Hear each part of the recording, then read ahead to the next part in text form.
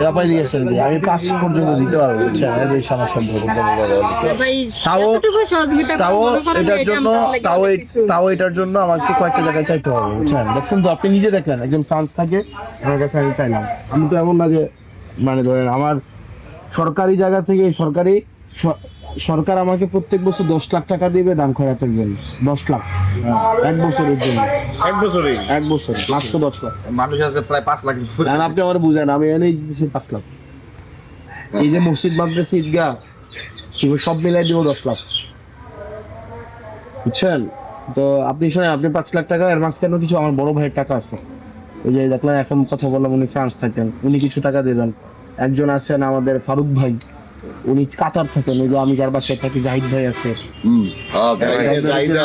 জাহিদ ছিলেন না? ওই জাহিদ ভাই কিছু টাকা দিবে, আমার বন্ধু শুভ আছে কিছু টাকা দিবে। এরকম কিছু কিছু টাকা নিয়ে 5 লাখ টাকা হবে আর কি। এই 5 লাখ টাকা আমি আপাতত দেই মার্চে আপনাকে, আপনি কাজ শুরু করেন। আর আমি আমার লিমিটেশন, আর এখানে তো ধরেন আরো অনেকে আছে না। সাব্বিরদের ঘরটা দেখছেন আপনি? ওই ঘরটাও খুব খারাপ অবস্থা। সাগরদের ঘরটা দেখছেন? সাগরের ওই যে সাগর গেছেন আপনি? যাই না উনি বলছে আর কি। সাগরের ঘর মানে 2 জন মানুষ থাকা যায় না। ইয়াসিনদের বাসায় গেছেন? আর আমরা সবাই মিলে একটু একটু করে চেষ্টা করতে হবে। চেষ্টা করবেন